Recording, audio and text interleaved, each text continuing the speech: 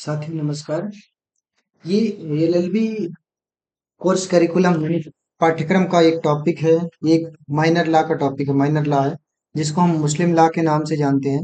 मुस्लिम law specially जो है बहुत ही शॉर्ट नोट है ये, और ये सीसीएस यूनिवर्सिटीज के सिलेबस में है, और एक सेमेस्टर का एक पेपर भी है। वो इन जनरल एलएलबी 3 ईयर का अगर कोर्स है उसमें फर्स्ट सेकंड या फिर थर्ड सेमेस्टर में ऑल ओवर इंडिया होता है। यहाँ पर जो है थर्ड सेमेस्टर में होता है। और अगर कोई बी एल एल बी कर रहा है तो उस केस में ये फिफ्थ सिक्स या फिर सेवन्थ सेमेस्टर में किसी न किसी एक सेमेस्टर में ये देखने को मिलता है, जिसको स्टडी करना पड़ता है एलएलबी करते हुए स्टूडेंट को। तो हम बिना लेट किए हुए चलते हैं इस कोर्स करिकुलम के डिटेल में, जानते हैं कि पहले introduction of Muslim law. Muslim law का इंट्रोडक्शन क्या है, कहाँ से आया, कैसे आया, इसको देखते हैं। Muslim law is also known as Islamic law या शरिया लॉ। मुस्लिम लॉ को दूसरे नाम से भी जानते हैं, जो इस्लामिक लॉ बोलते हैं या फिर शरिया लॉ बोलते हैं। It is a legal system governing lives of the मुस्लिम। ये जो है एक लीगल सिस्टम है जो मुस्लिमों के यानी मुस्लिम जो कम्युनिटीज हैं उनके फॉलोअर्स को क्या करता है, ये गवर्न करने का लीगल सिस्टम है। और डिराइव्स करता है, ये प्रिंसिपल कहाँ से लिया गया है, इसका इस्लामिक फेथ से लिया गया है। इस्लामिक फेथ स्पेशली कहाँ से लिया गया है, जो डीपली रूटेड है कहाँ पे, कुरान में। कुरान में डीपली रूटेड है। इसके अलावा the holy book of Islam, ये जो है बहुत ही हॉली बुक ऑफ इस्लाम है। आपने डिटेल में जान अगर थोड़ा बहुत स्टडी करी होगी तो ये जिब्राइल नाम का एक देवदूत है, जो अल्लाह का दूत है एक तरह का। वो लाके वन बाय वन आयत या फिर सूरा को मोहम्मद साहब के कानों में बोलता है, और मोहम्मद साहब उस सूरा या आयत को जो है मतलब कि समराइज करके किसी पत्थर पर जहां भी जो कुछ मिलता है वहां पर राइट डाउन कर देते हैं। फिर बाद में इसको कलेक्ट करके एक बुक बनाई जाती है। कलेक्ट करके जो बुक बनी हुई है इसी सूरा और सुन्नत की, जो जिब्राइल संदेश दिया उसी संदेश वाहक की बुक को मोहम्मद साहब के द्वारा लिखी गई जो कलेक्शन है उसको एक साथ जब कलेक्ट किया गया तो उसको हम कुरान कहते हैं। कुरान में जो 50 लगभग 50 वर्स हैं वो डील करते हैं क्राइम से रिलेटेड में, और बाकी डील करते हैं इस्लामिक फेथ को और इस्लामिक रहन सहन को, कैसे रहना है, कैसे जो है डील करना है सिविल मैटर्स को, ठीक है। As well as teaching of the prophet Muhammad. आज कुछ चीजें जो कुरान नहीं डील कर पाता वो चीजें दी गई हैं किसमें, सुन्ना में। सुन्ना का क्या है, सुन्ना मोहम्मद साहब की टीचिंग्स है, जो मोहम्मद साहब ने कहा, बताया, उस समय पढ़ाया लिखाया, जो भी समझाया, जो भी सोसाइटी में फॉलो अप लिया, उसकी सारे का कलेक्शन सुन्ना है। इसको हदीस भी कहते हैं। Muslim law primarily covers personal matters like marriage. मुस्लिम लॉ मेन रूप से किसमें कवर करता है, शुरुआत ही लेवल पर क्या क्या देखता है, मैरिज को देखता है, डिवोर्स को देखता है, इनहेरिटेंस को देखता है, यानी बच्चों को प्रॉपर्टी कैसे जाएगी, अगले वाली फैमिली को प्रॉपर्टी कैसे जाएगी, फैमिली रिलेशंस को देखता है। In many non Muslim, many Muslim majority, बहुत सारी मुस्लिम मेजॉरिटी कंट्री में एस्पेक्ट ऑफ मुस्लिम लॉ क्या है, integrated into the national legal system.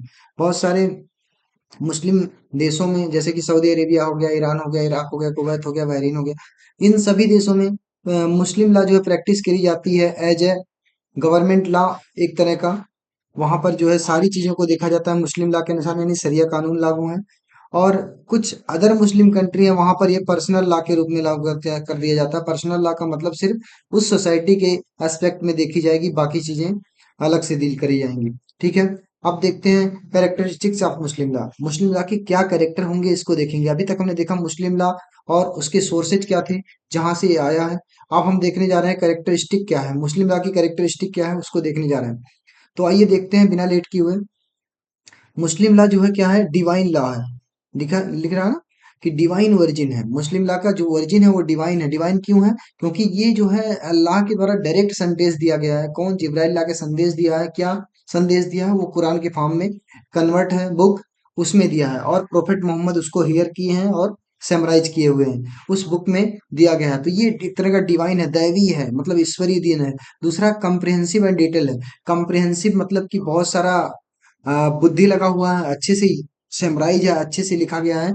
और डिटेल्ड में है, डिटेल्ड में बहुत ही है। डिटेल्ड का मतलब वो है कि हर एक चीज का हर एक टॉपिक वाइज कंडक्ट दिया गया है, कि सोशल इथिकल क्या होगा, मॉरल्स क्या होंगे, रहन सहन क्या होगा, सिविल मैटर्स क्या होगा, क्रिमिनल मैटर्स क्या होगा, सारी चीजों को अलग अलग एक कंपलिस किया गया है। रिचुअल्स वगैरह को भी कंपलिस किया गया है।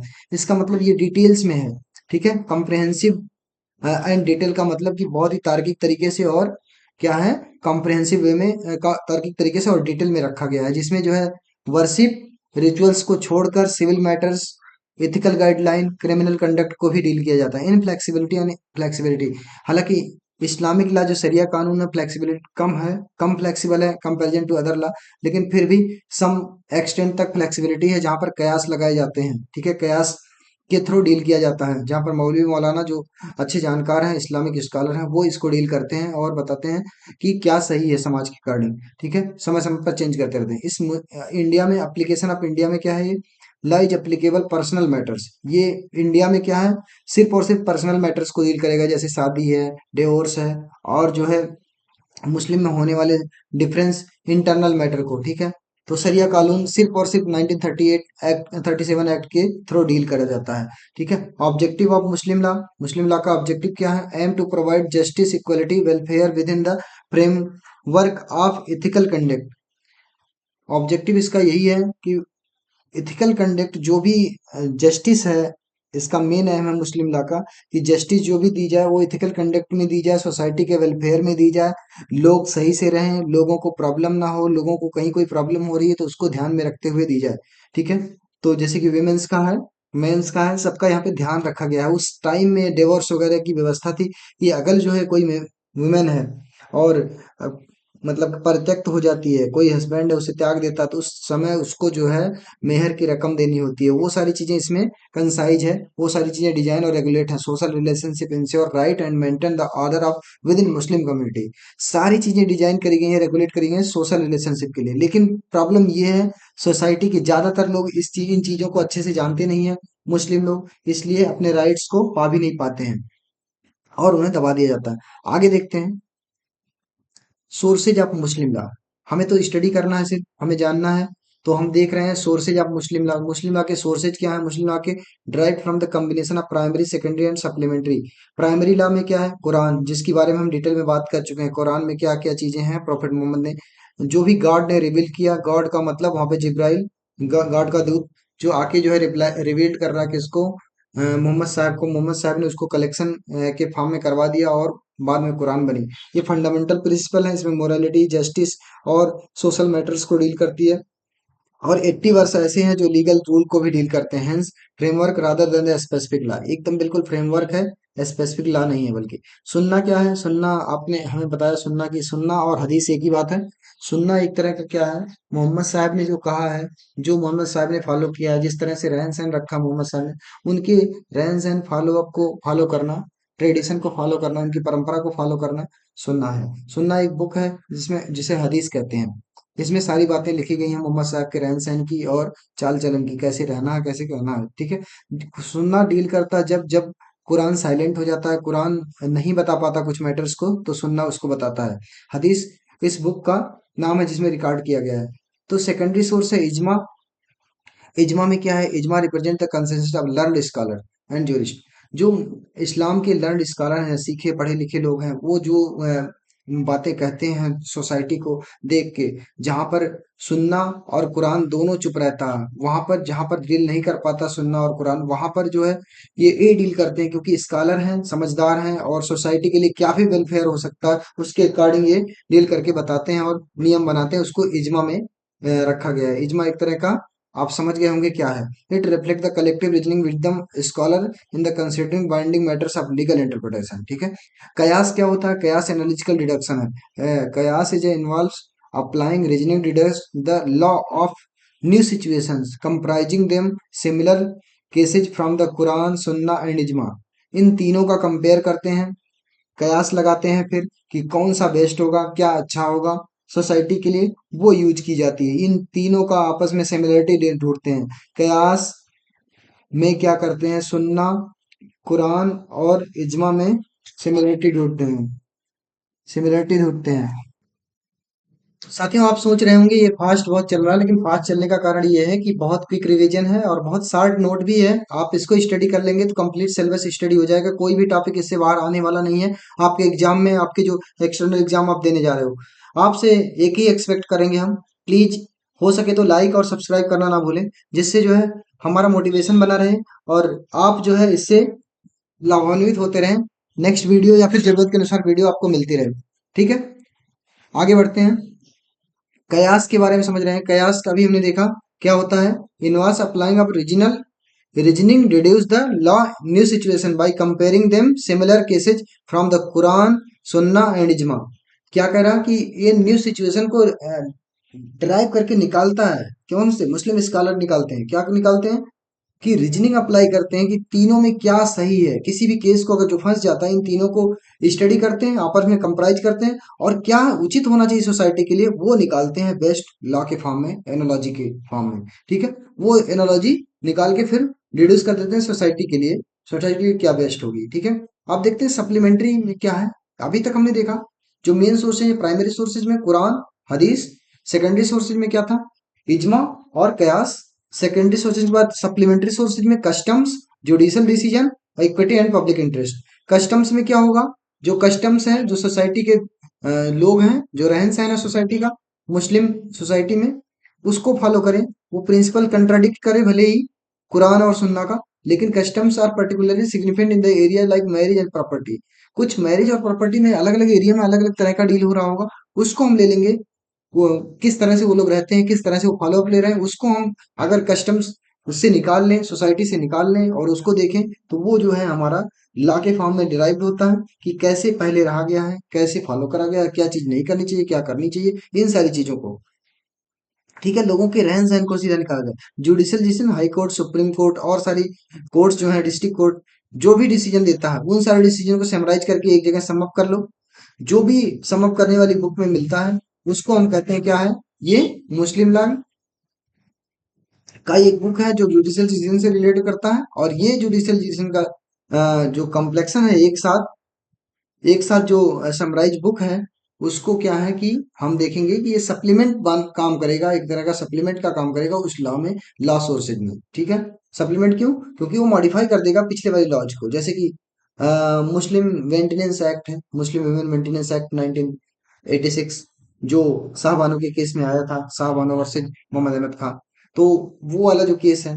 ठीक है, इक्विटी एंड पब्लिक इंटरेस्ट। अब देखते हैं पब्लिक इक्विटी और पब्लिक इंटरेस्ट के फॉर्म में इति हसन एंड मसला, ये दो चीज हैं, इक्विटी और पब्लिक इंटरेस्ट। इक्विटी मतलब पब्लिक को इक्वल मानते हुए, पब्लिक के फेयर में देखते हो, पब्लिक का इंटरेस्ट क्या, पब्लिक का जो चाह क्या रही है, एक्चुअल में चाह क्या रही है सोसाइटी से, तो वो चीजें अगर देखते हुए लॉ बनाई जाए कोई, उसको हम कहेंगे सिग्निफिकेंट एडाप्टिंग इन मुस्लिम सोसाइटल चेंजेज। समय समय पर ये चेंज करने के लिए बनाया जाता है, उसको हम समझेंगे equity and public interest.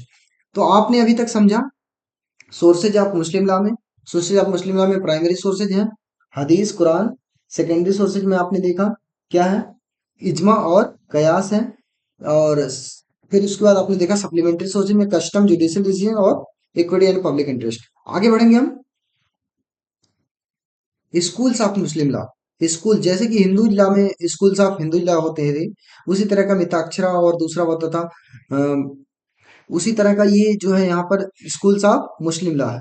Muslim law में क्या है, मिताक्षरा और दयाभागा वहां पे हुआ करता था, इसी तरह का यहाँ पर है स्कूल्स ऑफ मुस्लिम में। यहाँ पे दो पार्ट में डिवाइड है, एक है सिया मुस्लिम लॉ और दूसरा सुन्नी स्कूल्स लॉ। तो सिया स्कूल ऑफ लॉ, देखिए आप सीधा सीधा इसको पढ़ सकते हैं, याद कर सकते हैं। The Islamic legal system recognise different school of thought jurisprudence. ठीक है, जो इस्लामिक जूरिस्ट है उसको क्या है, different legal school system derive किए हुए हैं। These schools developed due to differing interpretation, बहुत सारे इंटरप्रिटेशन जो डिफर करते थे Quran, of the Quran and sunnah. सुन्ना और कुरान के जो इंटरप्रिटेशन है, जो प्रेजेंटेशन है, एक इनफैक्ट सोसाइटी में प्रेजेंटेशन है, वो डिफर कर रहे हैं। उस डिफर की वजह से ये स्कूल डिफर हो रहे हैं। जो स्कूल मतलब लोगों की सोच डिफर हो रही है, स्कूल का मतलब लोगों की सोच डिफर हो रही है। Leading the distinct legal doctrine, ये डॉक्ट्रिन लेकर आई है क्या, सुन्नी एंड सिया, दो स्कूल्स में डिवाइड है। सुन्नी स्कूल्स क्या फॉलो करते हैं, सिया स्कूल्स क्या फॉलो करते हैं, वो देखेंगे। सुन्नी स्कूल्स में फिर वो स्कॉलर वाइज डिवाइडेड है, स्कॉलर फला स्कॉलर ने फला जोड़ लिया। तो चलिए हनबली स्कूल, हनबली में क्या, इमाम हनबल है, ये सॉरी हनीफा, हनाफी स्कूल है। हनाफी स्कूल में क्या है, इमाम अबू हनीफा है, ये क्या है, इमाम है। जो क्या कह रहे हैं कि school one of the earliest, बहुत पहले का स्कूल है, और most widely followed in Sunni school. और सभी सुन्नी स्कूल में ये इन जनरल फॉलो होता है। ये फ्लेक्सिबल है, यूज ऑफ कयास, Hanafi jurisprudence is practice in Turkey, south Asia and Egypt. Hanafi school of law कहाँ कहाँ प्रैक्टिस किया जाएगा? टर्की, साउथ एशिया, इजिप्ट में। इसमें है क्या? ये इमाम अबू हनीफा हैं जो कहते हैं कि इसमें जो है हम फॉलो अप लेंगे, जो बुक्स है वो तो लेंगे ही लेंगे, साथ में साथ फ्लेक्सिबिलिटी रखेंगे, कयास लगा के, एनालिटिकल रीजनिंग लगा के जितना भी हो सके सोसाइटी को इम्प्रूव करें, चेंज करें, जरूरत पड़े तो और लॉ बनाए जाएं। ठीक है, तो हनाफी स्कूल ऑफ लॉ है। इसके अलावा मलिकी स्कूल क्या कहता है? मलिकी स्कूल देखेंगे आप, इट फाउंडेड बाय इमाम मलिक। क्या है ये? Emphasise adherence to the tradition, जो ट्रेडिशन ऑफ पीपुल का है, लोगों का रहन सहन है। क्या लोगों का रहन सहन? कौन सी जगह का? ये मदीना का। मदीना में जो लोग रहते थे और रियलाइज करते हैं ऑन इजमा। अब इजमा मैंने बताया था आपको, इजमा क्या है? एक तरह का कुरान और हदीस, जो चीजें कुरान और हदीस में सही से मेल नहीं खाती हैं, सही से मैच नहीं कर रही, उन चीजों को अलग से मुस्लिम स्कॉलर अपने तरफ से जो है रूल दे देते हैं कि ये होना चाहिए। वो वाला जो रूल है वो इज्मा कहते हैं। अपने ज्ञान के अनुसार, अपने इज्म के अनुसार जो रूल दे दिया गया उसको हम कहते हैं Maliki law. Practised north and west Africa, Africa में प्रैक्टिस होता है, नॉर्थ और वेस्ट में ये मलिकी स्कूल ऑफ लॉ। आगे बढ़ेंगे, Shafi school of law. Shafi school of law क्या कहता है?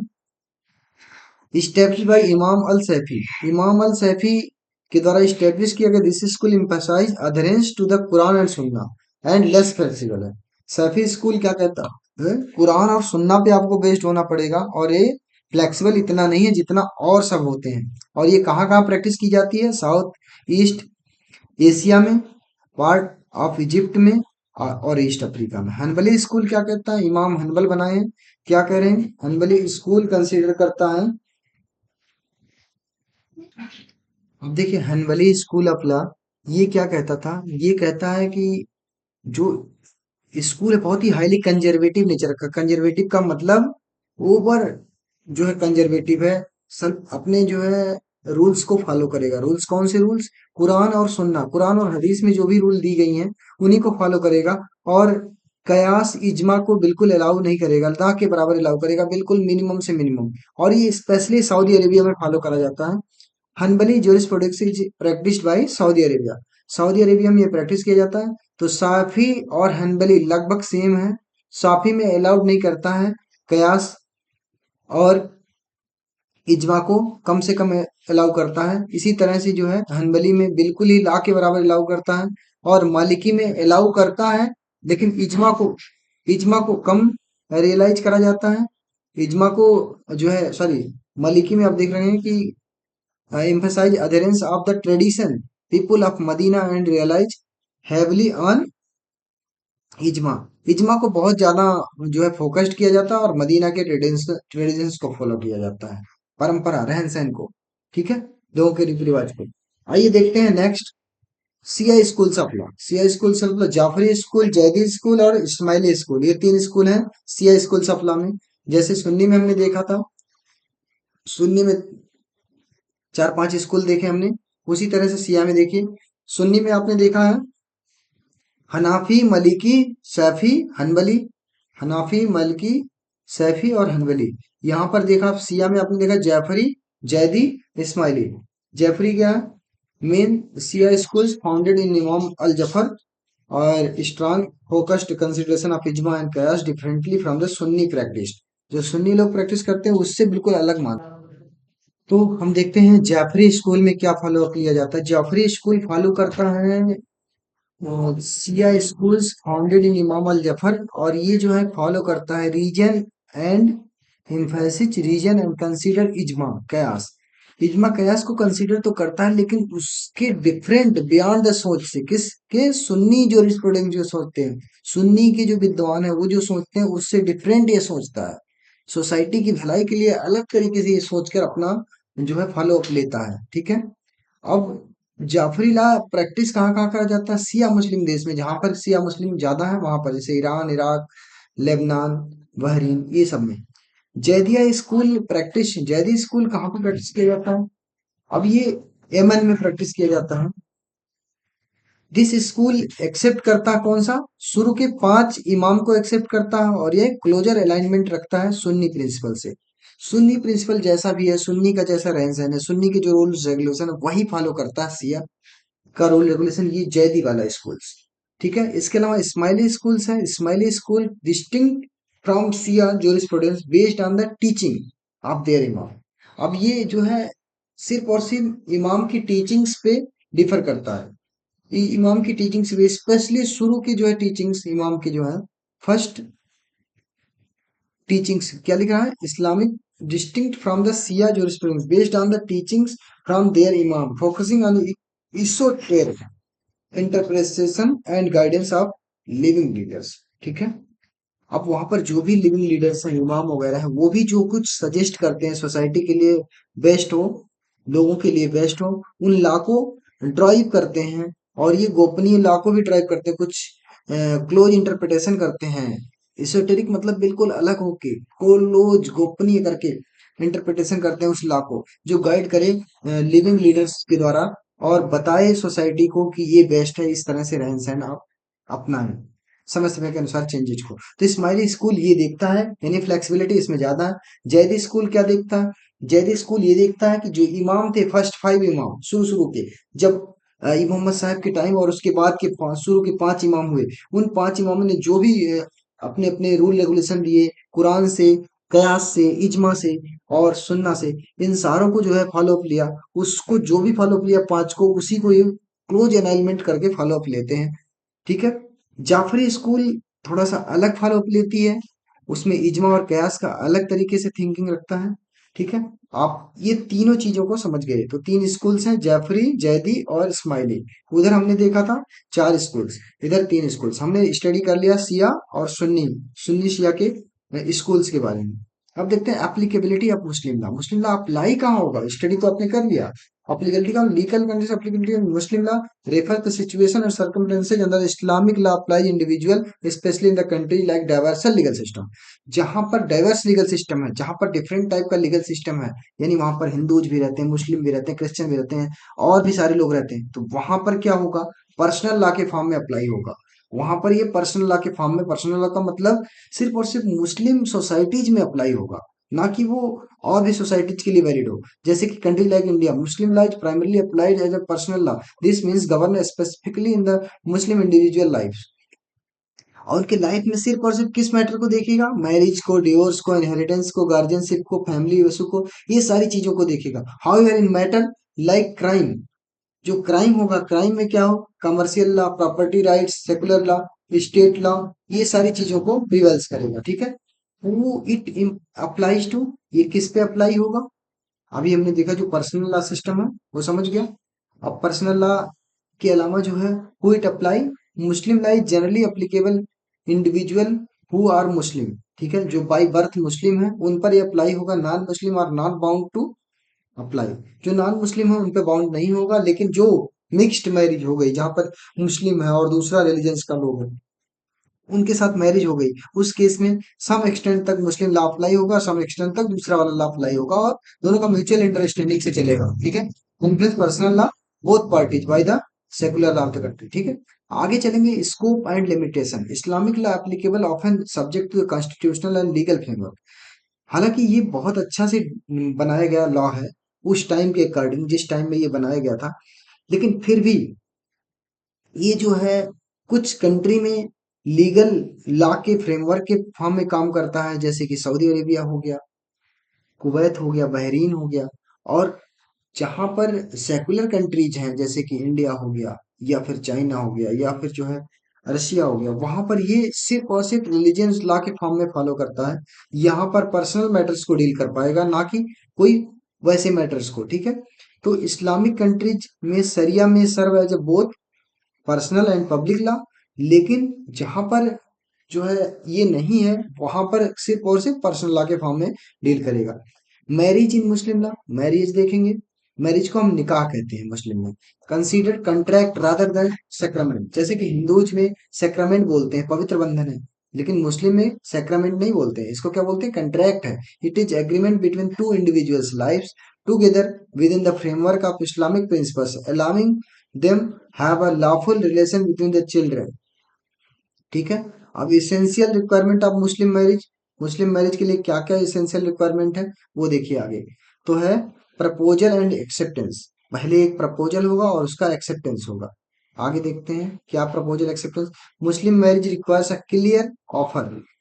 एक क्लियर ऑफर होगा मुस्लिम मैरिज में, क्या, शादी करने का, इजब बोलते हैं जिसको, निकाह करने के लिए एक ऑफर होगा, इजब बोलते हैं भाई बहन, और दूसरी पार्टी उसे एक्सेप्ट करेगी जिसको हम बोल देंगे कबूल। एक बोलेगा हम इजब यानी शादी करना चाहते हैं, ठीक है, दूसरा बोलेगा मुझे कबूल है शादी। एक ऑफर देगा, दूसरा एक्सेप्ट करेगा by other presence of the witness. और किसके सामने, कुछ विटनेस होंगे, दो लोग, कम से कम दो लोगों को बताया गया है इसमें। दो एडल्ट होंगे या उससे ज्यादा हो सकते हैं। और अगर एडल्ट मेन नहीं है तो फिर विमेन का कंसिडरेशन आएगा, और वो चार होने चाहिए, दो विमेन की जगह चार विमेन होनी चाहिए, दो मेन की जगह। ठीक है, फ्री कंसेंट होना चाहिए, both parties must consent freely without कोर्सन and influence. मतलब कि दोनों पार्टीज के बीच किसी तरह का कोई जोर जबरदस्ती दबाव का कंसिडरेशन नहीं होना चाहिए। दोनों पार्टीज फ्री होनी चाहिए इस मामले को एक्सेप्ट करने के लिए मुस्लिम लॉ में। ठीक है, कोई इन्फ्लुएंस नहीं होना चाहिए फोर्स का। आगे देखेंगे विटनेस।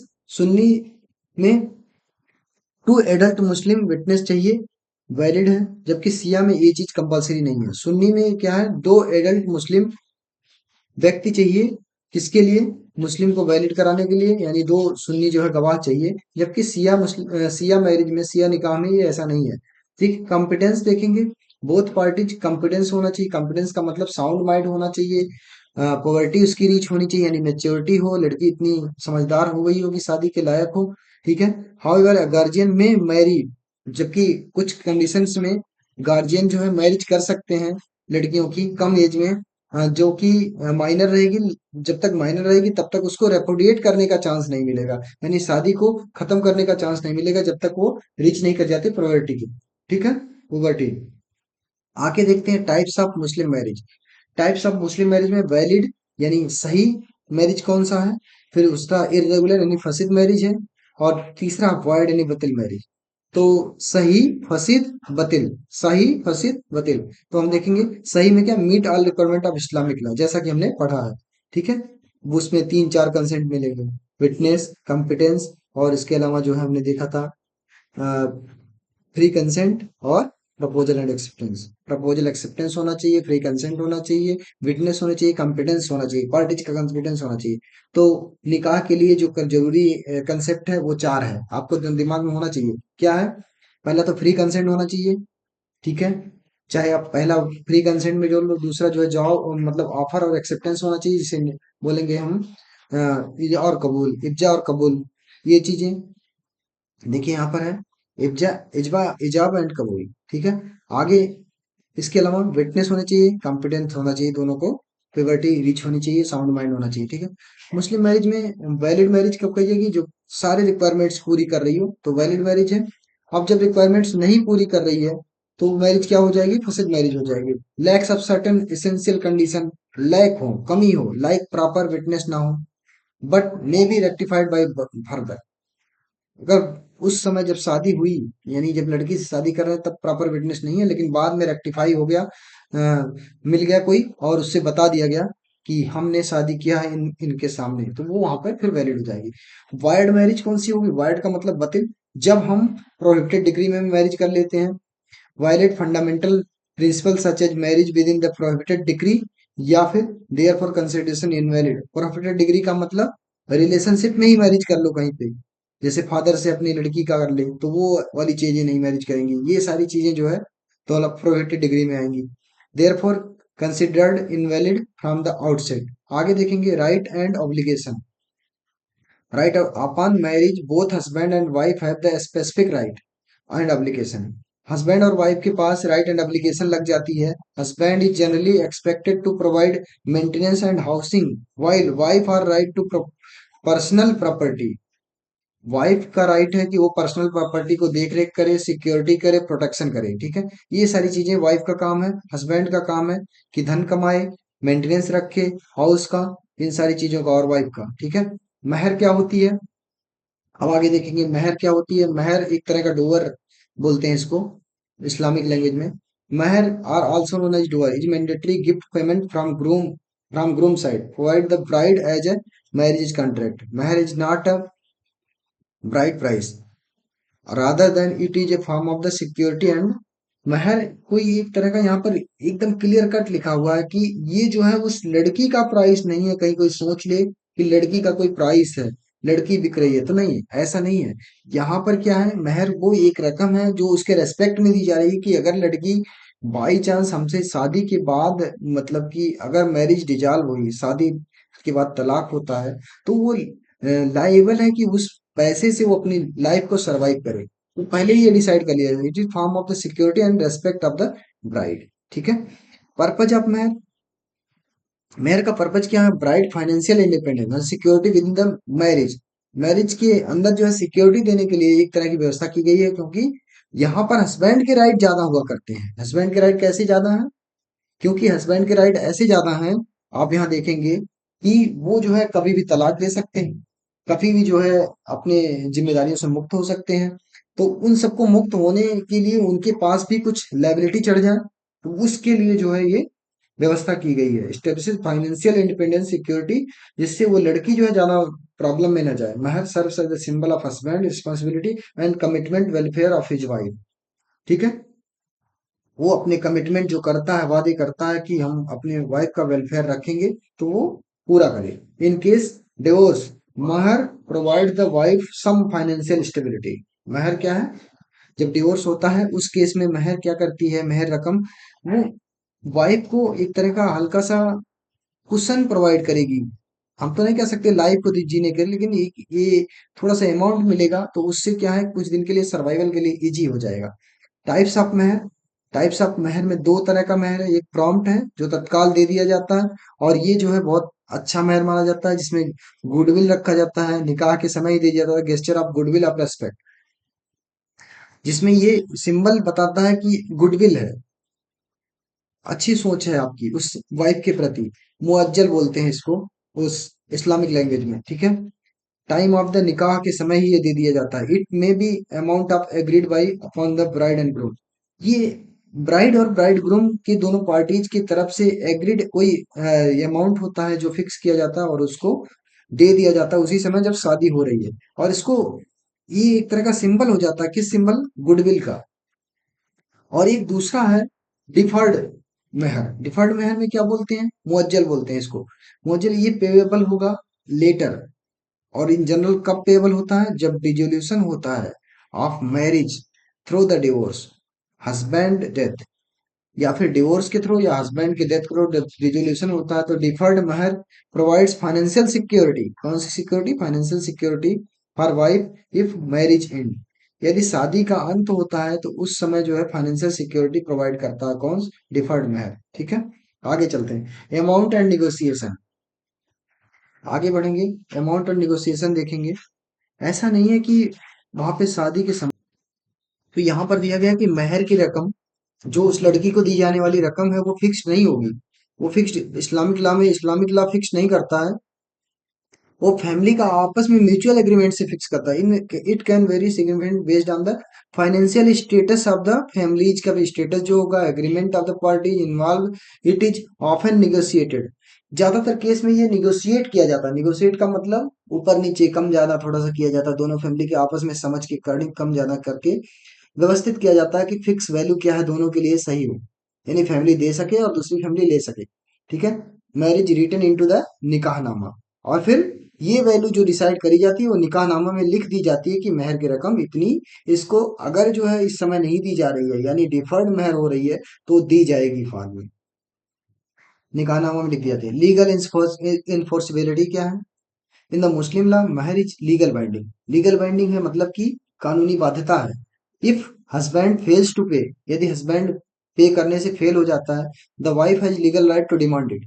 वाइफ के पास लीगल राइट है, कानूनी बाध्यता है कि वो मांग सकती है इसको। इट इज ट्रीटेड एज डेब्ट ओन टू द हस्बैंड।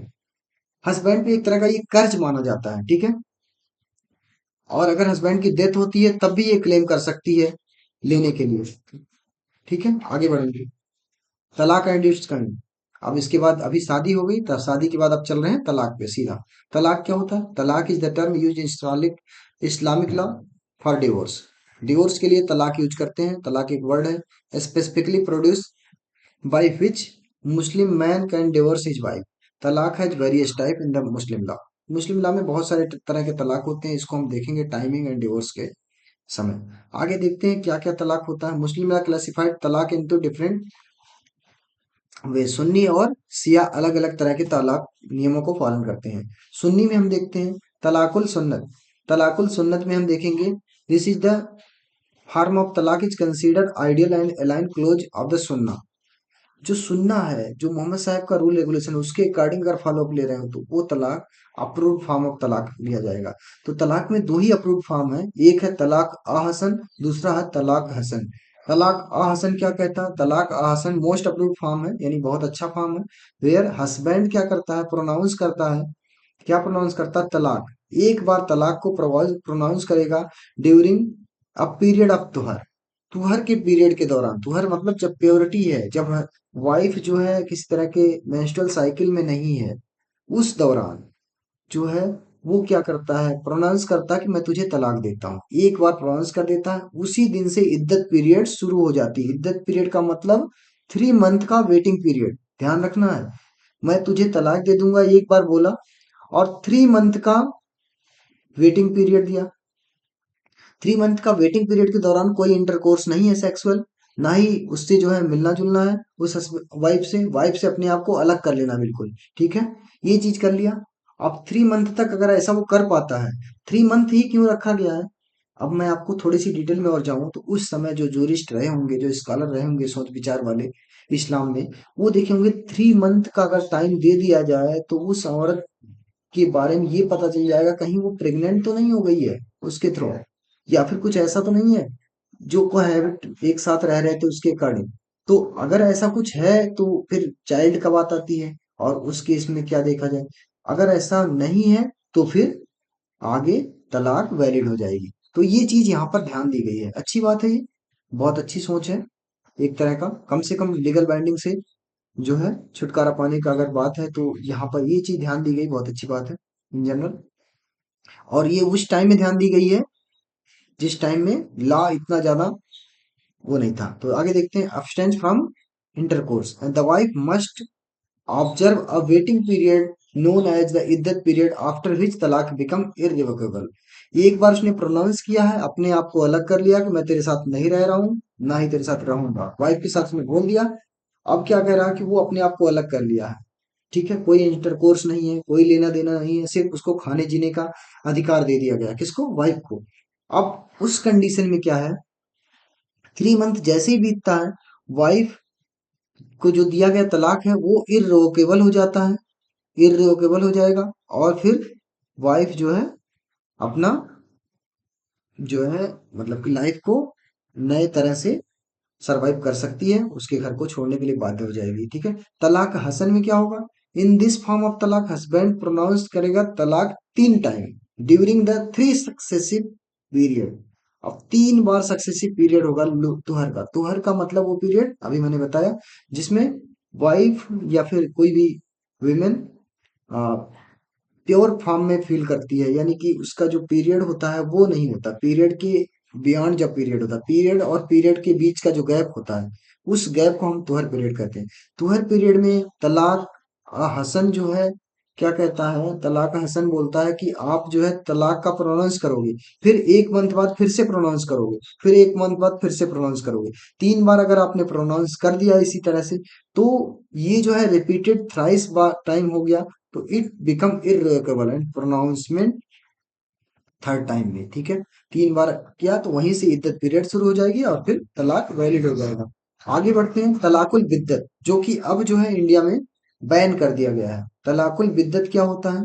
तलाकुल बिद्दत में क्या होगा? इंस्टेंट पे, तुरंत, तत्काल में तलाक दे दिया जाएगा। ये थोड़ा सा बहुत ही मतलब हरासिंग है, हार्सिंग टाइप का है।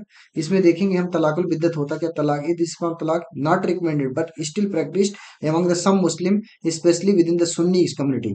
सुन्नी कम्युनिटी में ये प्रैक्टिस की जाती है ट्रिपल तलाक में। It involves instant pronounce of talaq 3 times one sitting. एक बार बैठ के 3 बार बोल दिया, कहीं पे खड़ा होके बैठ के कहीं भी किसी जगह किसी पॉइंट पे 3 बार बोल दिया अपनी वाइफ से तलाक तलाक तलाक, तो वहीं पे वो रिश्ता सारा खत्म हो जाता है और सारी बातें वहीं पे खत्म हो जाती है। इट इज इररिवोकेबल, ये वापस नहीं लिया जा सकता। हैज बीन हेविली क्रिटिसाइज्ड, और बहुत ही ज्यादा ये क्रिटिसाइज हार्नेस करता है ये सोसाइटी को, और बहुत सारे कंट्रीज में बैन कर दिया गया है, और यहाँ पर भी इंडिया में भी ये 2017 में अनकॉन्स्टिट्यूशनल घोषित किया गया था। और मुस्लिम वुमेन प्रोटेक्शन एक्ट के तहत 2019 में इसे क्रिमिनलाइज कर दिया गया, और अब ट्रिपल ट्रिपल तलाक क्रिमिनलाइज है और बैन है इंडिया में। ठीक है, कोई भी ट्रिपल तलाक नहीं दे सकता, यानी बोलकर कोई तलाक अपनी वाइफ को नहीं दे सकता। आगे अदर फॉर्म ऑफ तलाक मुस्लिम में हो रही है। अदर फॉर्म ऑफ तलाक, तलाक तौफीक, खुला, और फिर अगला है मुबारक। तो हम देखेंगे तलाक तौफीक।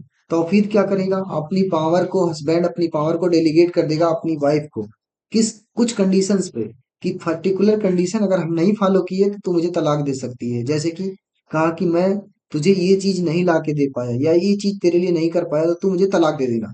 तो ये कंडीशन के अकॉर्डिंग उसे दे दिया, और फिर वो वाइफ अपने अकॉर्डिंग उसे तलाक दे सकती है। खुला में क्या है, this is form of divorce initiated by wife. खुला के केस में वाइफ जो इनिशिएट करेगी तलाक, कहेगी मेरे साथ, मैं आपके साथ नहीं बन रही है और मुझे नहीं रहना। Who seeks separation from her husband, offering compensation and returning her mehr. और फिर हस्बैंड को कहती है कि कंपनसेशन दे और रिटर्न कर दे अपने मेहर रकम को। ठीक है, इस हिसाब से वो फिर the husband must agree the for khula to finalise. लेकिन इस केस में जो ऑफर करेगी, ऑफर को मस्ट एग्री यानी एक्सेप्ट करना चाहिए, किसको, हस्बैंड को भी। हस्बैंड एक्सेप्ट करे, कर रहे हैं, ऑफर दे रही हो कि हम जो है तुम्हारे साथ नहीं रहना चाहते तो नहीं रहना चाहते, कोई दिक्कत नहीं, दोनों अलग हो जाते हैं। अगला है मुबारक। मुबारक में क्या होगा, ये दोनों को मिलजुल के एक तरह का तलाक है, म्यूचुअली कंसर्न है, दोनों को नहीं आपस में रहना है, तो कंसेंसुअल रिलेशन जो है हमने क्या किया, कंसेंस से एमिकेबल मैनर में, यानी बहुत ही सौहार्दपूर्ण तरीके से दोनों अलग हो जाते हैं, तो तलाक मुबारक में होता है। हमने देखा तलाक के टाइप्स, तलाकिल हसन, तलाकुल अहसन, और तलाकुल बिद्दत। फिर आपने देखा तलाक तौफीज, तलाक खुला, तलाक मुबारक। ये आपने टॉपिक पढ़ लिया है डिटेल्ड में सुन्नी में। आगे हम देखेंगे, ये सुन्नी और शिया दोनों में आपने पढ़ लिया है, ये सुन्नी शिया दोनों में फॉलो अप होते हैं। ठीक है, आगे देखेंगे, टॉपिक है dissolution of marriage under the Muslim women right and protection act. अब जो है गवर्नमेंट की तरफ से क्या है, गवर्नमेंट की तरफ से भी कुछ नियम कानून समय समय पर बनाए गए हैं।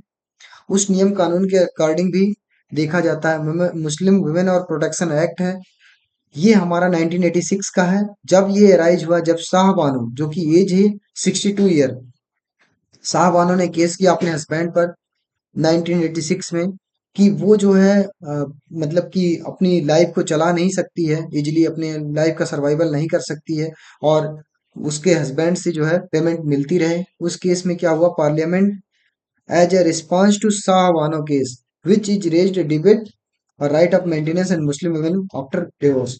डिवोर्स के बाद ये मुस्लिम वुमेन के मेंटेनेंस की बात यहाँ से निकल आई, जब शाह बानो का केस सामने आया और पार्लियामेंट में इस पे डिस्कस किया गया। तो की प्रोविजन है एक्ट का कुछ प्रोविजन है, आइए देखते हैं क्या प्रोविजन है।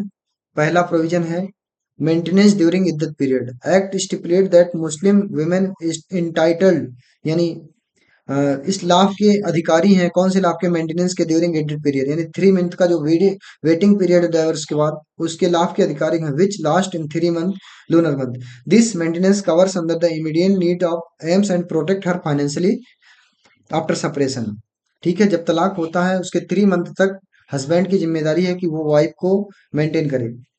इसके बाद क्या है, मेहर, डोअर, रिटर्न ऑफ प्रॉपर्टी। ठीक है, मेहर की रकम और प्रॉपर्टी जो भी गिफ्ट में उसको मिली है उसको रिटर्न करने का।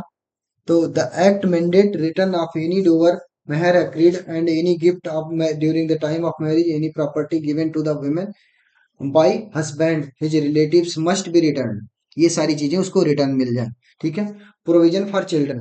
अब अगला है तीसरा नंबर का, चिल्ड्रन के लिए, बच्चों के लिए प्रोविजन क्या, the act also provide guidelines for the maintenance and custody of the children born to divorced women. अब किसी वुमेन का डाइवोर्स हो रहा है तो उसमें क्या है, फिर गार्जियनशिप की बात आएगी, किसको देना है। तो उसके लिए क्या है, इस एक्ट में गाइडलाइन है कि मेंटेनेंस, अगर बच्चा जो है 7 साल के अंदर है, ठीक है, और अगर जो है लड़की है तो 12 साल की बात करेगी, 12 से 14 साल तक, जब तक प्योरिटी नहीं मिल जाती। तो इन दोनों केस में बच्चे का राइट जो है मम्मी को जाएगा, उसकी माता को जाएगा, जब तक जो है बच्चा छोटा है, क्योंकि वही देख रेख अच्छे से कर सकती है। ठीक है। Provision for children act provide guideline maintenance and custody of the children born to the divorced women, holding the husband responsible for maintenance, family and work board responsibility if divorced Muslim women cannot sustain herself. अब है कि यदि जो है Muslim women खुद से sustain नहीं कर पा रही है इद्दत पीरियड के बाद, responsibility of maintenance shift to her relative. अब रिस्पॉन्सिबिलिटी किस पे शिफ्ट हो जाएगी, उसके रिलेटिव जो इनहेरिट हैं, यानी उसके पूर्वज हैं, जैसे दादा हैं और उसके पापा हैं या फिर उसके भाई लोग हैं, उन पर शिफ्ट हो जाएगी। ठीक है। इफ नो फैमिली, कोई फैमिली मेंबर है नहीं सपोर्ट में अवेलेबल के लिए, तो लोकल वक्फ बोर्ड जो है इसे सपोर्ट करेगा। जो लोकल वक्फ बोर्ड मेंटेनेंस के लिए रिस्पॉन्सिबल होगा, वहां का जो मुस्लिम वक्फ बोर्ड है। ठीक है। Objective, the act aim to protect interest of the Muslim women while balancing the religious practice and constitutional right। बात तो यहाँ ठीक लग रही है, कुछ चीजें समझ में आ रही है, लेकिन ये इद्दत पीरियड के दौरान ही देने का जो सिस्टम है मेंटेनेंस का, इसके बाद वो वुमेन क्या करेगी? यदि वो कुछ नहीं कर पा रही है तो फिर वो सर्वाइवल कैसे करेगी? और आपने तो तलाक दे दिया, आप आपकी जिंदगी अलग से आप शादी कर लोगे, आपकी चलेगी, लेकिन उसकी क्या होगी? तो इस केस में फिर ये जो है सुप्रीम कोर्ट अलग से डिसीजन इसको लाएगा और सब पूरे को पलट देगा। तो आइए देखते हैं उसको। तो आया शाहबानो का case, maintenance of wife under section 125 criminal procedure code में। तो सीआरपीसी क्या कहता है? अब देखिए वहां पर क्या था, वो पार्लियामेंट लाई थी ला 1986 में। तो पार्लियामेंट वाली लॉ को पूरी तरह से ये पलटेगा। कौन पलटेगा? शाहबानो केस में क्या उठाएगा? मेंटेनेंस ऑफ वाइफ सेक्शन 125 में डाल दिया गया है एक special condition, maintenance under the Muslim law, India is generally ensure the financial support of wife, especially after divorce. Under Section 125 Criminal Procedure Code, a wife, regardless of her religion, entitled to maintenance if is unable to herself support। यदि वो support के लिए वो चाहेगी, भैया बैठ जाओ, वो चाहेगी क्या कि ये जो केस है, इस वाले केस में यदि वो सपोर्ट नहीं खुद से कर पा रही है, तो उस केस में क्या हो कि हस्बैंड उसको पे करे। डिपेंड नहीं करता किस रिलीजन्स का, किस जाति के हो, किस धर्म के हो, इससे कोई फर्क नहीं पड़ता। ये जो है लाता है सीआरपीसी, बताता है सीआरपीसी 125 बताता है। क्या बताता है purpose of CrPC? Secular provision apply to citizen of India irrespective of religion, allowed suggested neglected wife claim maintenance after from her husband if she is unable to maintain herself। यदि वो enable है maintain करने के लिए अपने आप को। Quantum of maintenance, the amount awarded under section 125 is based on the husband financial capacity and standard of living of wife was अकमस्टेड। ठीक है। Shahbano case landmark decision Indian legal history specially in Muslim women's right. Background क्या है Shahbano case में? 62 year Muslim women है, filed case section 125 seeking maintenance के लिए इसने केस फाइल किया है, और डाइवोर्स, हस्बैंड डाइवोर्स दे देता है और डिफ्यूज कर देता है उसको फाइनेंस सपोर्ट के लिए आफ्टर 3 मंथ। तो सुप्रीम कोर्ट का जजमेंट आता है, लैंडमार्क जजमेंट, वो ये कहता है कि ये डिपेंड नहीं करता कि किस धर्म के हो, किस जाति के हो। ठीक है। कहता है इसकी बात आती है सर्वाइवल, सबसे पहले सर्वाइवल है। Muslim women entitled to maintenance even beyond the iddat period, she can not maintain herself। यदि वो खुद से मेंटेन नहीं कर पा रही, the court emphasise that personal law should not undermine the constitutional right of the equality. मतलब कि जीने के अधिकार को, एक तरह का यहाँ पे जीने का अधिकार होगा, जीने के अधिकार को कोई छीन नहीं सकता है, चाहे वो मुस्लिम में लागू हो या हिंदू में लागू हो, वो कहीं भी लागू हो, सबके लिए लागू होगा एक समान। तो ये सुप्रीम कोर्ट ने लैंगबार डिसीजन किया और ऊपर वाले केस को पलट दिया, जो अभी तक माना जाता था किसमें, पार्लियामेंट बताया था कि मेंटेनेंस देना है लेकिन 3 मंथ तक देना है, और सारी चीजों को प्रोविजन दिया था जो। ठीक है, डोवर वगैरह की रकम को वापस करने का, या फिर जो गिफ्ट वगैरह मिला उसको वापस करने का, ये सारा प्रोविजन दिया था। इसके बियॉन्ड इसने डिसीजन दिया, spark wide spread impact of Shahbano case को स्पार्क किया wide spread debate led into the passage of Muslim women protection act 1986। This act aim to override the Supreme Court ruling restrict maintenance and iddat period, although husband could still responsible for reasonable and fair provision for the women। मतलब कि ये वाला case जो है क्या किया, बहुत ही landmark decision के बाद ये केस जो है पूरी तरह से उस केस को पलट देता है जो 1986 का केस है। अब हस्बैंड की लायबिलिटी बनती है उसके बाद भी, इद्दत पीरियड के बाद भी वो मेंटेन करे वाइफ को। Further development despite of 1986 subsequent judgement have held that if the Muslim woman is unable to sustain herself she can still claim maintenance under the section 125 CRPC, referring reaffirming the financial security of post divorce. अब यहाँ पर post divorce के बाद financial security के लिए वो reaffirm कर सकती है तलाक। अब यहाँ पर समरीज में देखें, talaq refers various form of talaq divorce within the Sunni Shia schools differing the practice instant triple talaq was banned in the 2019। ठीक है, Muslim women protection act 1986 provides right of the divorced Muslim women including maintenance during the iddat period and return over provision। ठीक है, ये सारी चीजें इसमें देता है।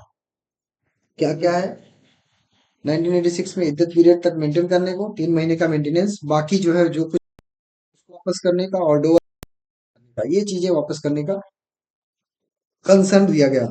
सेक्शन 125 सीआरपीसी क्या कहता है, बहुत ध्यान से सुनना है। सेक्शन 125 सीआरपीसी कहता है कि मुस्लिम वुमेन हो या कोई और जाति की वुमेन हो, धर्म की वुमेन हो, सबको जो है मेंटेनेंस है, मेंटेनेंस का हक है। यदि वो खुद से नहीं अपने आप को मेंटेन कर पा रही है तो मेंटेनेंस का हक है कि हस्बैंड से अपने ले। ठीक है, सेकुलर लॉ के थ्रू। अब अगला है वसीयत, विल। विल क्या होती है इसके बारे में देखने जा रहे हैं। वसीयत मुस्लिम में बहुत ही इंपॉर्टेंट है। इस्लामिक लॉ में वसीयत is a legal declaration where Muslim expresses their desire regarding the distribution of their property after death. Death के बाद जो प्रॉपर्टी है वो किसको दी जाएगी इसके बारे में डिक्लेरेशन है, तो वो चीजें जो है क्या है, विल वसीयत में कही जाएंगी। इसको रेस्ट्रिक्शन है, लेकिन पूरी प्रॉपर्टी का 1/3 प्रॉपर्टी आप विल में दे सकते हो मुस्लिम में, और बाकी जो है प्रॉपर्टी 2/3 आपके लीगल हेयर को ही जाएगी। तो ये चीज यहाँ पर है, the amount of minor property distribution through a will. आगे देखते हैं क्या फीचर्स हैं इसमें विल्स के मुस्लिम लॉ में। लिमिटेड टेस्टामेटरी पावर, टेस्टामेटरी मतलब जो वसीयत नामा है, वसीयत देने वाला जो है उसका जो पावर है वो लिमिटेड है। लिमिटेड कैसे है कि बकवित करेगा, जो वसीयत लिखेगा only up to 1/3 of their property, जो भी प्रॉपर्टी उसके पास है उसका 1/3 ही लिख सकता है। Remaining 2/3 must be distributed among the legal heir, जो उसके वारिस हैं उसको दिया जाएगा इस्लामिक इनहेरिटेंस लॉ के थ्रू। वो तो 2/3 उसको दिया जाएगा, बाकी 1/3 मान लिया कि किसी के पास 75 रुपए हैं तो 50 रुपए उनके बच्चों में डिस्ट्रीब्यूट किए जाएंगे, बाकी 25 रुपए वो विल दे सकते हैं किसी और को। लेकिन यहाँ ध्यान रहे, विल अपने ब्लड रिलेशन में नहीं देना है, ये भी यहाँ पर रेस्ट्रिक्शन लगी हुई है। The limitation ensure that legal heir share the protected and prevent the unequal distribution. ठीक है, आगे no no request for the legal heir. अब आगे लिखा है कि कोई भी वसीयत अपने लीगल हेयर को नहीं दे सकता, यानी अपने बच्चों को, अपने जो वारिस है उनको नहीं देता। कन्नड़ में will fair the legal heir unless heir provide the consent of the testator death. यदि जो है टेस्टेटर जो देने वाला है, वसीयत वसीयतनामा करने वाला है, टेस्टेटर के डेथ के बाद कोई अगर कंसेंट प्रोवाइड कर दिया है, उसको छोड़ के कोई कंसेंट प्रोवाइड किया कि मेरे मरने के बाद कुछ चीजें ऐसी हो जाए, कोई हेल्प करा, तो वो उस केस को छोड़ के रेस्ट्रिक्शन इम्पोज किया गया है कि वो जीते जी नहीं दे सकता है। ठीक है, condition for a valid will, capacity of testator होना चाहिए, टेस्टेटर जो विल देने वाला है उसकी कैपेसिटी होनी चाहिए, साउंड माइंड में हो, मुस्लिम हो, और जो है माइनर ना हो। इंटेंशन क्या हो, इंटेंशन हो कि विल मस्ट बी वॉलेंटरली, यानी वैधानिक हो, वैलिड हो, उसका मन हो देने का, ये नहीं कि वैसे ही मन हो उसका देने का, विदाउट अंडर इन्फ्लुएंस एंड कॉर्सन, किसी तरह का कोई फ्रॉड ना किया गया हो, अंडर इन्फ्लुएंस ना हो, किसी तरह का कोई जोर जबरदस्ती ना हो। ठीक है। Subject matter only property owned by testator, जो प्रॉपर्टी टेस्टेटर की है, जो विल वसीयतनामा करने वाला है, वही दे सकता है। डेथ के बाद प्रॉपर्टी जो है इफेक्टिव में आ जाए, ये सारी। तो हम देख रहे हैं साथियों, रिवोकेशन ऑफ विल। विल जो है, विल को रिवोकेट कैसे कर सकते हैं। रिवोकेशन के लिए कुछ कंडीशन दी गई होंगी।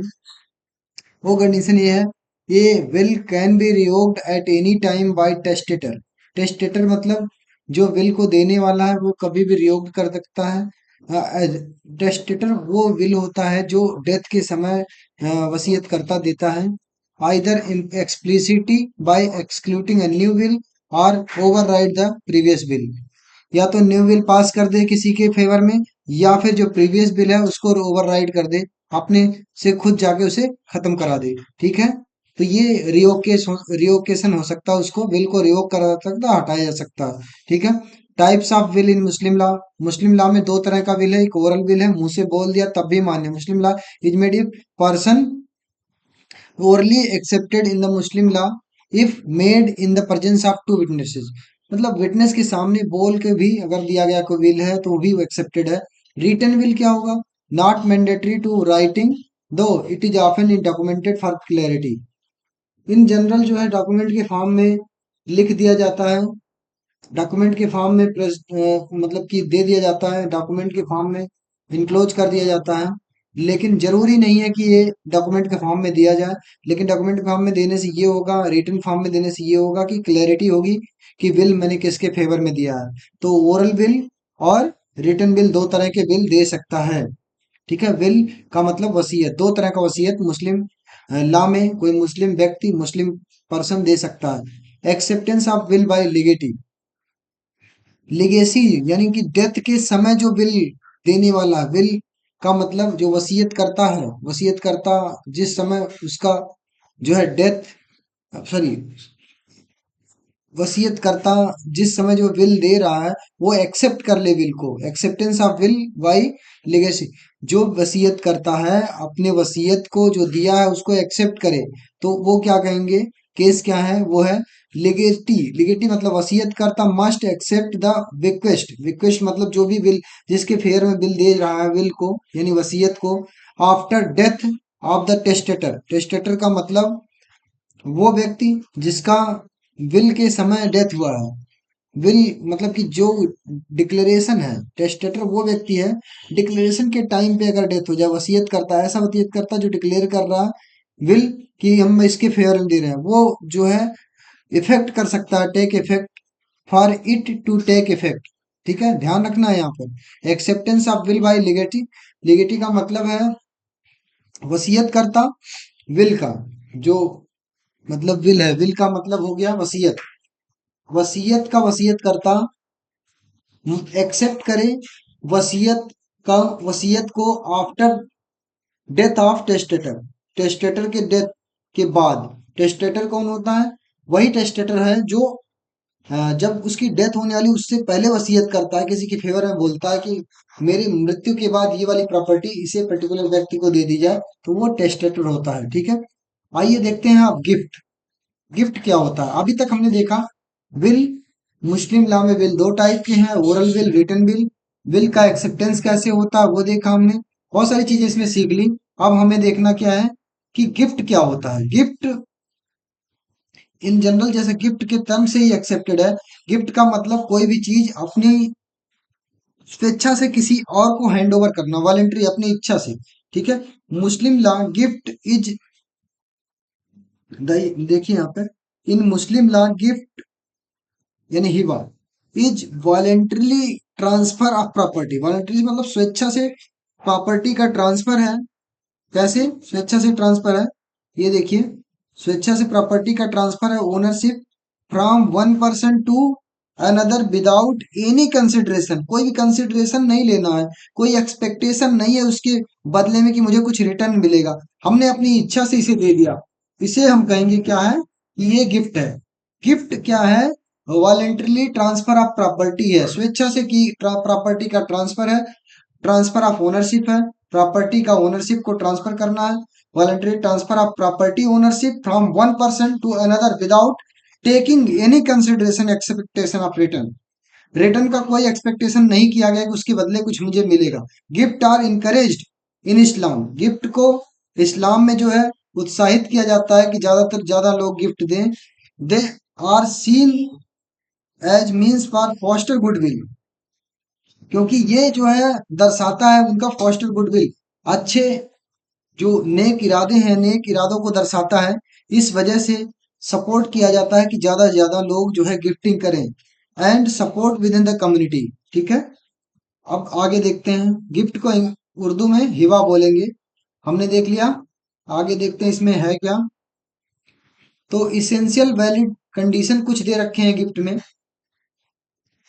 इसेंशियल वैलिडिटी ऑफ गिफ्ट क्या है, इसेंशियल कंडीशन देख लेंगे हम। इसेंशियल कंडीशन ऑफ गिफ्ट, ये लिखा है मुस्लिम लॉ में। डिक्लेरेशन ऑफ गिफ्ट, गिफ्ट का डिक्लेरेशन होना चाहिए। द डोनर, जो पर्सन दे रहा gift, person making gift must be declare their intention to make a immediate unconditional transfer of property. कोई भी कंडीशंस नहीं अप्लाई है उसमें, अनकंडीशनल है प्रॉपर्टी का ट्रांसफर डिक्लेयर कर रहा है।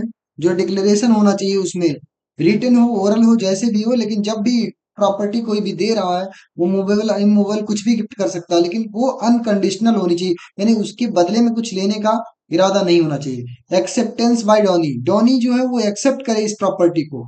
डोनी यानी recipient must accept the gift during the lifetime of the donor, donor जो देने वाला है उसके पूरे लाइफ टाइम यानी जिंदा जब तक है तब तक उस प्रॉपर्टी को, जो भी वो गिफ्ट लिया है, ले रहा है जो गिफ्ट, उसे जो है वो एक्सेप्ट करे। डोनी मतलब गिफ्ट लेने वाला, डोनर मतलब गिफ्ट देने वाला। इफ डोनी इज माइनर, यदि डोनी माइनर है यानी गिफ्ट लेने वाला माइनर है, इनकेपेबल है यानी ले नहीं सकता, रख नहीं सकता, देख रेख नहीं कर सकता, acceptance can be made by the guardian, इस केस में ये एक्सेप्टेंस कौन कर सकता है, उसका गार्जियन कर सकता है। डिलीवरी ऑफ पोजेशन, अब अगला देखते हैं डिलीवरी ऑफ पोजेशन, पोजेशन की डिलीवरी कौन करेगा, यानी कब्जे की डिलीवरी भी होनी चाहिए। इसमें कौन डिलीवर करेगा, जो अपनी प्रॉपर्टी को गिफ्ट किया। एक्चुअल और constructive possession of the gifted property must be transfer to the donee, ठीक है। जो भी गिफ्टेड प्रॉपर्टी है, जैसे मोबाइल फोन आपने गिफ्ट किया तो तुरंत हैंड ओवर कर देना चाहिए, उसके कब्जे में दे देना चाहिए जिसको आपने गिफ्ट किया है, या फिर जो भी प्रॉपर्टी आपने गिफ्ट किया उसको उसके कब्जे के लिए दे देना चाहिए, उसको कब्जे में दे देना चाहिए। Constructive position means the while physical handover में नॉट बी पॉसिबल, जहां कहीं फिजिकल हैंडओवर ना पॉसिबल हो वहां कंस्ट्रक्टिव पोजीशन दे दिया जाए, जैसे घर के फॉर्म में। Donor done everything in their power to transfer the control, donor क्या है, अपना सारा पावर ट्रांसफर कर दे किसको, डोनी को, जिसको गिफ्ट किया है। इरिवोकेबल है, ये क्या है, इसकी जो वो है वो रिकवेबिलिटी नहीं है, ये वापस नहीं ली जा सकती, यानी गिफ्ट जो है इरिवोकेबिलिटी है। Once a gift is completed यानी declared accepted and possession, declare कर दिया, एक्सेप्ट कर दिया डॉनी ने, और पोजेशन आपने दे दिया, तो ये वापस नहीं, lead can not be revoked, ये वापस नहीं लिया सकता by donor except under the certain sir condition, कुछ कंडीशंस को सोच कर, such as parent revoking a gift with made a child, जो पेरेंट है, पापा मम्मी होते हैं, अपने बच्चों को गिफ्ट कुछ देते हैं और किसी बात पे उनको ऐसा लगता है कि उचित नहीं है तो उसे वापस ले लेते हैं, वो एक अनसर्टेन कंडीशन है। बाकी गिफ्ट जो भी दी जाएगी वो वापस नहीं ली जाती है, वो इररिवोकेबल होती है, ठीक है। आगे देखते हैं gift in Muslim law, Muslim law में कितने तरह की गिफ्ट होती है, types of gift in Muslim law. हिबा बिल इवाज पहली गिफ्ट है, a gift consideration where something value is given in the form of return for the gift, this is resembles as a share. तो पहला हिबा बिल इवाज, हिबा बिल इवाज क्या कहता है, गिफ्ट को इस फॉर्म में दिया गया कि गिफ्ट देने के बाद जो डोनी है, जो रिसीवर है, डोनर के बाद जो डोनी है रिसीवर, वो गिफ्ट को लेने के बाद उसके बिहाफ पे कुछ न कुछ वापस करे, कुछ न कुछ वैल्यूएबल वस्तु वापस करे, चीज वापस करे, थैंक्स रिस्पेक्ट वापस करे, ये कुछ चीजें वापस करे। तो हिबा बाशर्त उल आवाज, ये है दूसरा गिफ्ट का। एक conditional gift where donee is expected to provide something in return, जो डोनी है वो एक्सपेक्ट कर रहा है कि कुछ ऐसा वापस मिलेगा, but expectation is not strictly enforceable, hiba ba shart उल इवाज, यानी इस्लाम में जो भी गिफ्ट दी जा रही है वो कुछ ना कुछ पर्पस से दी जा रही है। यानी एक है सेल के फॉर्म में गिफ्ट देना, यानी कुछ दिए हो तो कुछ पाने की आशा रखना। दूसरा ये है जो रिसेम्बल ऑफ सेल है, यानी डोनी भी कुछ वह देगा आपको, यदि आपने कुछ दिया तो डोनी भी कुछ देगा। ठीक है। इसी तरह से हिबा बा शर्त उल आवाज में क्या होगा, ये कंडीशनल गिफ्ट है, जिसमें क्या है कि जो डोनी है, जो देने वाला, जो डोनर है, सॉरी, जो डोनर है वो देने वाला, वो एक्सपेक्ट करता है, आशा करता है कि सामने वाला भी कुछ उसे रिटर्न करेगा। बट लेकिन इन्फोर्सेबल नहीं है, यानी जरूरी नहीं है कि वो रिटर्न करे। ठीक है। गिफ्ट टू है कोई वारिस को गिफ्ट देना, ये सामने गिफ्ट ए मुस्लिम में gift to a legal heir, अपने लीगल हेयर, अपने लीगल वारिस को भी गिफ्ट कर सकता है during their lifetime without restriction, बिना किसी रुकावट के अपने लाइफ टाइम में अपने बच्चों को, अपने वारिस को भी गिफ्ट कर सकता। दो gift to other heir are often discouraged in effort to maintain inheritance values, लेकिन ये चीजें जो है क्या करी जाती हैं, फिर डिस्करेज करी जाती हैं, वो निरुत्साहित करती हैं किसको, और सारे हेयर को। मान लिया कि एक फादर है, आप उसके पास तीन बच्चे हैं, किसी एक को कोई लाख रुपए की गिफ्ट कर देता, कुछ सब वस्तु, कुछ वैल्यूएबल प्रॉपर्टी गिफ्ट करता, बाकी दो लोग जो बच्चे हैं वो जो है डेफिशिएंट में चले जाएंगे। तो यहाँ पर ये ऐसा जो चीजें अलाउड नहीं है फेयर जस्टिस के अकॉर्डिंग।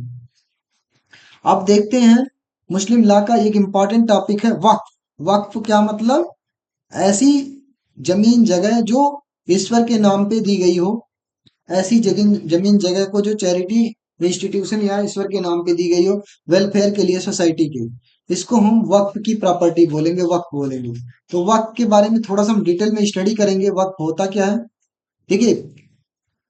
आपको अगर ये जो आप स्टडी कर रहे हो, जो ये वीडियो देख रहे हो आप, इसमें जो है बहुत सारा कुछ वैल्यूएबल है। यदि आप ध्यान से पूरा स्टडी करोगे, इस पूरे लेक्चर को, सिर्फ एक ही लेक्चर को हम इस लेक्चर को डिलीवर कर रहे हैं, इस पूरे लेक्चर को आप ध्यान से अगर स्टडी कर लिए तो देखिए बच्चों, आपको दूसरे लेक्चर की जरूरत नहीं पड़ेगी। थ्रू आउट आप पूरे एग्जाम में सारे टॉपिक ये कवर किए दिए गए हैं, जितने भी टॉपिक आपके एग्जाम में आने वाले हैं। तो आप बिना चिंता के एक ही लेक्चर को कवर कर सकते हैं, इसमें सब कुछ आपको मिलेगा। कहीं भी कुछ इसके बियॉन्ड नहीं आने वाला है, इसके बाहर से कुछ भी नहीं आने वाला। अब हम वक्त पढ़ेंगे, लगभग सभी टॉपिक इसमें कवर कर दिए जा रहे हैं। आइए देखते हैं वक्त। वक्त is a charitable institution unique to Islamic law where Muslim dedicate their property और इनकम टू रिलीजियस और पियस चैरिटेबल पर्पज। ठीक है।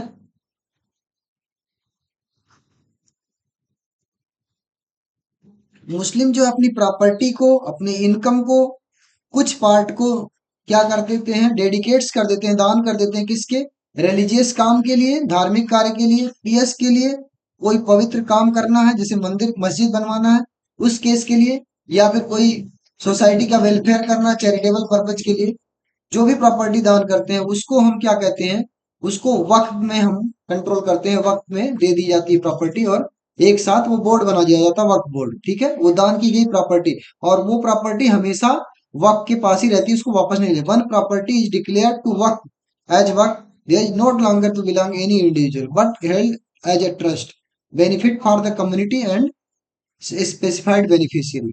ठीक है। ये जो प्रॉपर्टी आपने वक्फ के नाम से दान दे दी है, अब ये कभी भी वापस नहीं ली जाएगी, लेकिन ये सोसाइटी के बेनिफिट और कम्युनिटी के बेनिफिट के लिए यूज की जाएगी, बेनिफिशियरी के लिए। ठीक है। मुस्लिम लॉ हम पढ़ रहे हैं, क्विक नोट निवेदन है, बहुत ही अच्छा शॉर्ट कंसाइज नोट है। आप देखोगे इस तरह का नोट्स आपको दोबारा नहीं मिलने वाला है यूट्यूब चैनल पर। और मुझे लगता है कि ये आपको डिटेल में स्टडी है, जितना भी टॉपिक है इसमें, जो भी टॉपिक है माइनर लॉ का, मुस्लिम लॉ का, वो सारा कवर कर दिया गया है, जिससे आपको टेंशन नहीं हो, और सारा कुछ आप एक ही लेक्चर में पढ़ के जाके सीधा पेपर दे पाओ। यानी वन लाइनर रिवीजन है, वन नाइट में आप पढ़ो और जाके लास्ट में पेपर दो। मैं एक्सपेक्ट यही करता हूँ कि आप चैनल को लाइक और सब्सक्राइब जरूर करेंगे। धन्यवाद। आगे देखते हैं, वीडियो को लाइक करना ना भूलें। परमानेंस क्या होता है, परमानेंस क्या होता है इसको देखेंगे। कैरेक्टरिस्टिक्स ऑफ वर्क के बारे में सोच रहे हैं, कैरेक्टर क्या होना चाहिए वर्क पर, परमानेंस नेचर का है, यानी परमानेंट रहेगा। Work mean permanent dedication. Once property is declared as a work it can not be sold, transfer और इनहेरिटेड। एक बार प्रॉपर्टी आपने जो है दे दी वक्फ को, तो उसको ना तो ट्रांसफर कर सकते हो, ना तो अपने बच्चों में इनहेरिट कर सकते हो, यानी आने वाली इस पीढ़ी के लिए दे सकते हो, ना कुछ भी नहीं ऐसा कर सकते हो, सोसाइटी के लिए हो गई वो। ठीक है, द डेडिकेशन इज इररिवोकेबल, ये वापस नहीं लिया जाएगा, और ना ही ये परपेचुअल है। ठीक है, टाइप्स इररिवोकेबल एंड परपेचुअल। ठीक है, अब ये आभासी प्रॉपर्टी आपकी रहेगी। परपेचुअल का मतलब ये हो, मतलब आपने दिया है, आपका नाम रहेगा, लेकिन जरूर आप वापस नहीं ले सकते हो। टाइप्स ऑफ वर्क, तो दो तरह का वक्फ है, एक पब्लिक वक्फ है, दूसरा है private waqf. Public waqf establish for the welfare of community at large, such as mosque, मस्जिद, स्कूल, हॉस्पिटल, ऑर्फनेज, ये सारी चीजें क्या है, पब्लिक वक्फ होगी। प्राइवेट वक्फ क्या होगा, waqf ala aulad, establish by primarily benefit of the dictator, dedicator, मतलब अपने बच्चों को, उनके बच्चों को, ऐसे चलता है। कंबाइंड फॉर्म में both family welfare and charitable intent, often becoming the public work after certain number of generation. जैसे कि कोई घर में ही मस्जिद बना दी गई, उस जगह पर्टिकुलर जगह को अपने प्राइवेट वर्क के फॉर्म में मस्जिद बना दिया गया, वहां पूजा वगैरह हो रहा, कुछ साल तक हुआ, कुछ जनरेशन तक हुआ, धीरे धीरे बच्चे बड़े हुए, वो प्रॉपर्टी वर्क की रहेगी, और धीरे धीरे ये परमानेंट वर्क में कन्वर्ट हो जाएगी। पहले ये प्राइवेट वक्फ रहेगी। प्राइवेट वक्फ का मतलब अपने निजी पूजा स्थल के लिए बनाई गई प्रॉपर्टी, या फिर अपनी निजी स्कूल, या फिर कोई चैरिटी ट्रस्ट के लिए बनाई गई प्रॉपर्टी। ठीक है, अब अगला है मुतावली। मुतावली कौन सा होता है, मैनेजर होता है, किसका, person appointed by the waqf board. Waqf board एक जो है बंदे को अपॉइंट करेगा, तो मैनेज द वक्फ प्रॉपर्टी, वक्फ की प्रॉपर्टी को मैनेज कर सके। They are responsible for using property in line and dedicator wishes and the purpose of the waqf. वो क्या करेगा, वो एक मैनेजर है, वो सारी प्रॉपर्टी की देख रेख करेगा, उसके ट्रांसफर की, उसके पोजीशन की, उसके जो है रूल रेगुलेशन की, उसके राइट्स की। ठीक है, तो एक मैनेजर अपॉइंट कर दिया जाएगा वक्त को देखने के लिए। क्रिएशन ऑफ वक्त का क्रिएशन कैसे हो, एक वक्त can be created orally in writing. वक्त को दो है, दोनों फॉर्म में क्रिएट कर सकते हो। वक्त का क्रिएटन ओरली भी हो सकता है, रिटन भी हो सकता है। However certain school of thought specially among the Shia Muslim require written deeds in the work involves in mobile property। In mobile property होगी तो रिटन डीड्स लेते हैं क्रिएशन ऑफ, जिससे कि कोई प्रॉब्लम ना हो फ्यूचर में। रिटन डीड्स का मतलब ऐसी डीड्स जिसमें उन्होंने परमानेंट अपनी प्रॉपर्टी को रिवोक कर दी, दे दी। ऑब्जेक्टिव ऑफ वक्फ की property purpose recognise charitable and pious under the Islamic law qualify and valid object of waqf. Common example includes places of work, educational institution and welfare of facilities. तो ये सारी चीजें वक्फ की property मानी जाएंगी। ठीक है, ऑब्जेक्ट क्या है वक्फ का, वक्फ प्रॉपर्टी का ऑब्जेक्ट यही है कि एजुकेशनल पर्पज, इंस्टीट्यूशनल, और जो है सोसाइटी वेलफेयर के लिए, ऑर्फनेज वगैरह के लिए ली गई प्रॉपर्टी को हम वर्क प्रॉपर्टी, लीगल रिकॉग्निशन होता है इसका in India. Work govern by Waqf act 1995, 1995 का एक्ट है, उसके अकॉर्डिंग ये गवर्न होगी इंडिया में। और ये जो है वक्फ बोर्ड गवर्न करता है oversight of Waqf property, oversight की देख रेख करता है। ठीक है, ये है इसका वो। अब हम देखेंगे topic pre exemption. Pre exemption का उर्दू में है सुफा। मुस्लिम लॉ का एक स्पेशल टॉपिक है प्री एग्जाम्शन, जिसको सुफा बोलते हैं। ये लॉ कहता है कि आप जो है पहले प्रायोरिटी वो दोगे जो आपके आस पड़ोस में है, जो आपका पड़ोसी है, जो आपका रिश्तेदार है, जो आपका सगा संबंधी है, उसको अपनी अगर प्रॉपर्टी बेचनी है तो सबसे पहला ऑफर उसको दोगे। यदि वो डिनाई करता है, वो उस ऑफर को एक्सेप्ट नहीं करता, लेकिन ध्यान रखना है उसमें थर्ड पार्टी जो ऑफर कर सकता है प्राइस, उस उस प्राइस को भी ध्यान में कंसीडर करना है। थर्ड प्राइस, थर्ड पार्टी जो प्राइस, यानी तीसरा बंदा जो भी ऑफर कर सकता है, जो उस सिस्टम का नहीं है, उस प्राइस को वसूलने का हकदार है प्री एग्जाम्पशन में भी। तो pre exemption in Muslim law refers the right of the person, usually को ओनर या फिर नेबर। ज्यादातर प्रॉपर्टी का जो को ओनर है, यानी सह साथी, या फिर नेबर। जैसे कि दो भाई हैं, तो भाई को पहले ऑफर करना होगा अपने भाई से ही प्रॉपर्टी बेचने के लिए। ठीक है, या फिर जो है सह ओनर कोई है, पड़ोसी है, जिसके बगल में प्रॉपर्टी हमारी आ रही है, तो पहले उससे पूछेंगे कि भाई मेरी प्रॉपर्टी में बेचने का मूड है, तो आप अगर उनको उस वैल्यू देने की क्षमता है, जो मार्केट प्लेस की वैल्यू है, जो मार्केट में वैल्यू दे सकता है कोई तीसरा बंदा, वो दे रहे हैं तो हम उनको भी सेल कर सकते हैं, नहीं तो अपने बेनिफिट के लिए उस तीसरे बंदे को मार्केट के अकॉर्डिंग सेल कर सकते हैं। लेकिन पहली प्रायोरिटी प्री एग्जेम्पशन कहता है कि हमें अपने सगे संबंधी आस पड़ोस को देखना होगा। टू अदर इन मुस्लिम लॉ में, to other to sold when it is sold. The right of the pre-exemption is based on the principle that neighbor and co-owner should be given the first opportunity. पहली opportunity इसमें जो है किसको देनी है, हमें neighbour और को ओनर को देनी है, जो कि हमारे पास है, हमारा भाई है या सगा संबंधी है, उसको पहली अपॉर्चुनिटी देनी है। यदि उसकी क्षमता है खरीदने की तो खरीद ले, नहीं तो हम प्रॉपर्टी को मार्केट में बेच देंगे। ठीक है। इसके इससे करता क्यों है, ऐसा करा क्यों जाता है? क्योंकि इससे जो है स्ट्रेंजर, वो तीसरा आदमी जो बाहर का आएगा, उसे अलाउ आने से मना किया जाता है, ना कि वो आ सके। ठीक है। उसे रोका जा सके कि तीसरा आदमी आके उस प्रॉपर्टी पर अधिकार जमाए और रहने लगे, तो उसको हटाया जाए। एसेंशियल ऑफ प्री एग्जेम्पशन, क्या क्या essential? Right of pre exemption, the right of pre exemption only applicable in the cases of sale, does not apply the gift inheritance and other property transfer. केवल sale के form में ही apply होगा। जब भी property cell कर रहे होंगे तो उस समय ये चीज हमें देखनी पड़ेगी, कंसिडरेशन में रखना पड़ेगा कि जो आस पड़ोस में है, जो नेबर है, जो पड़ोसी है, जो को ओनर है, जो साथी है, ओनर प्रॉपर्टी का सह साथी है, कोई प्लाट है उसका ओनर है, उसका भाई या फिर उसका कोई भी चाचा ताऊ, तो उसको पहले हम ऑफर करेंगे कि भाई मैं ये प्रॉपर्टी सेल कर रहा हूँ, आपको चाहिए क्या, आप इसका मार्केट रेट देने को राजी हो क्या? अगर वो देने को राजी है तो हम उस प्रॉपर्टी को उसको देंगे, नहीं तो फिर हम मार्केट प्लेस पे बेचेंगे। लेकिन पहला जो है, फर्स्ट प्रायोरिटी किसको देनी है, उसको। कंडीशन प्री एग्जामिनेशन का क्या है? The right to pre examination must be exercise immediately upon the learning about the sale. ठीक है। सेल के सीखने के बाद, सेल के बारे में जानने के बाद कि ये बेचने वाला है, तुरंत ही इमीडिएटली एक्सरसाइज कर दी जाए, यानी ले ली जाए, तो वो जो है कंडीशन है।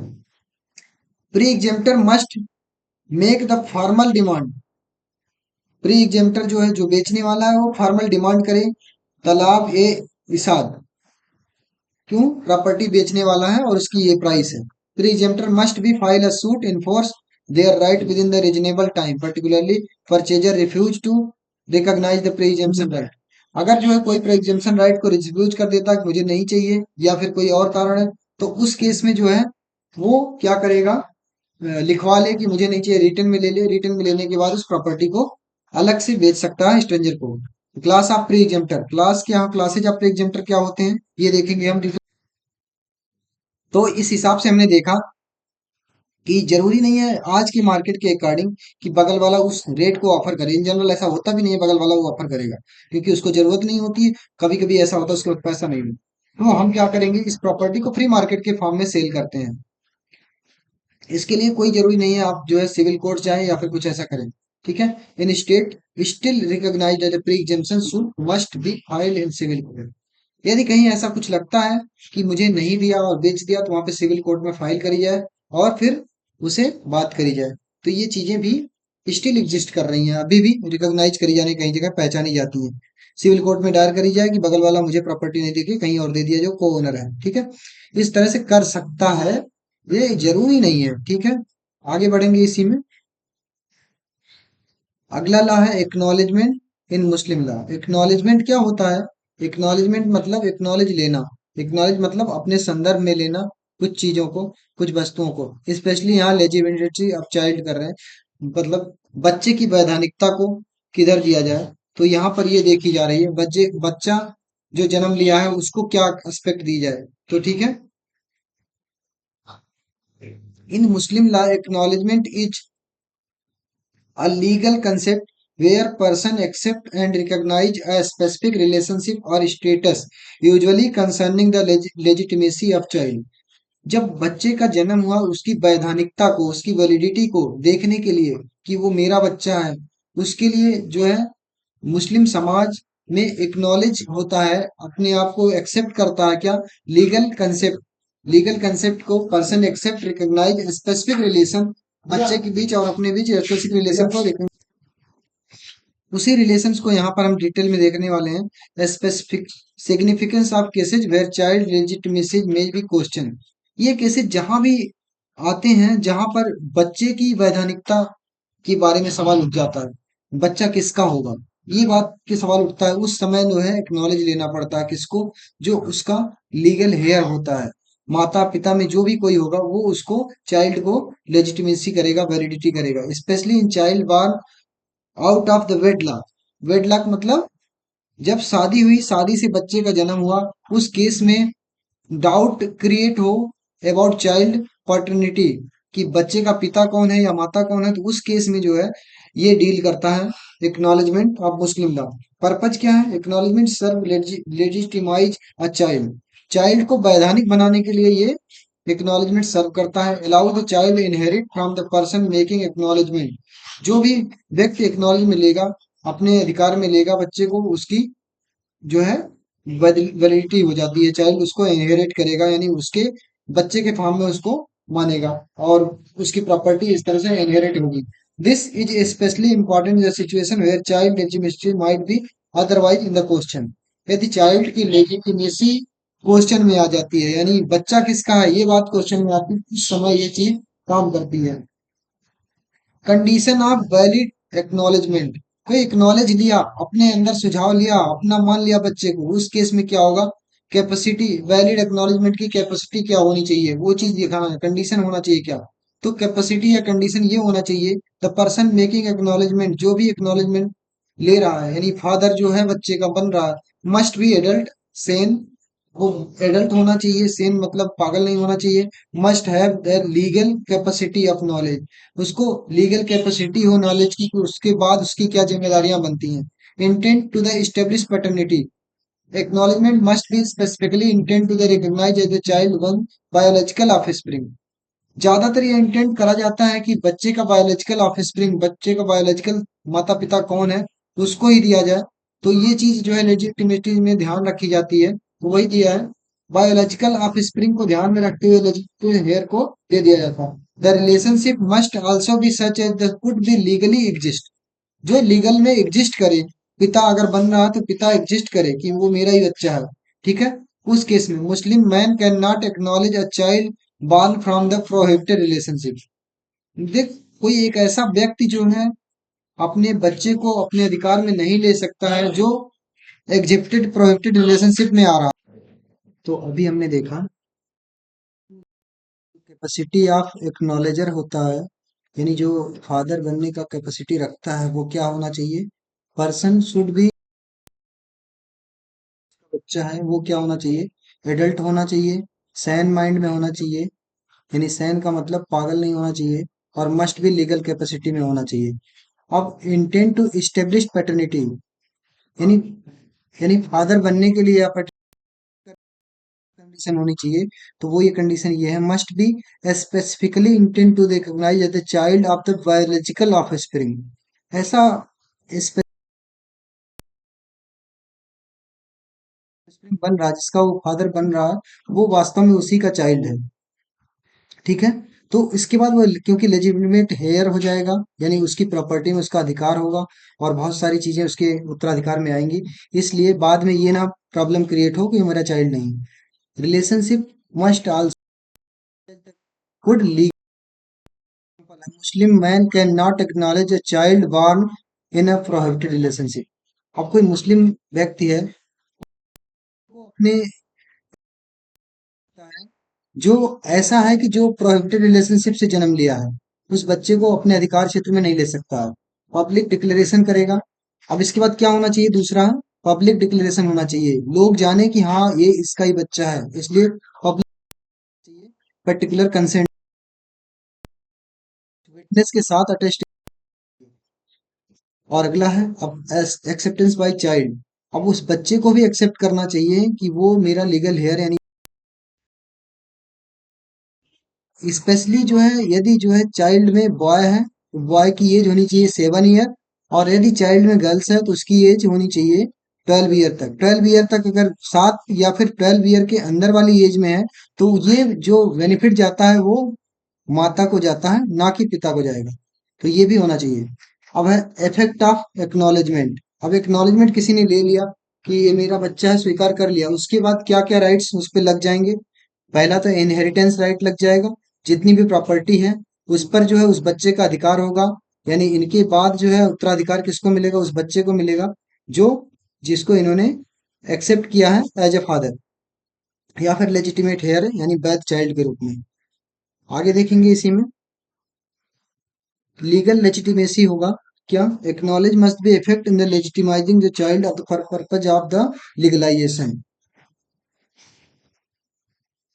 तो ये एक और कंसेंट होना चाहिए। यदि मुस्लिम पर्सनल लॉ के थ्रू जो भी बच्चा जिसको भी वो हेयर बनाया है, लीगल हेयर बना है, वो बच्चा जो है लेजिटिमाइज कर रहा है, वैलिड कर रहा है, वैधानिक हो रहा है, तो उस कंडीशन में क्या है कि वो does not affect the civil status of the secular law. जो भी सेकुलर लॉ है उस कंट्री का, पर्टिकुलर सेकुलर लॉ का मतलब जो लॉ सबके लिए है, जैसे कि क्राइम का लॉ हो गया, या फिर जो है कोई रोड एक्सीडेंट वगैरह का लॉ हो गया, या और भी प्रॉपर्टी राइट्स हो गए। इन सारे लॉ को किसी तरह से कोई अफेक्ट नहीं होना चाहिए। ये सारी चीजें इसमें डील होती है। आगे बढ़ते हैं इसमें और देखते हैं इफेक्ट के बाद अब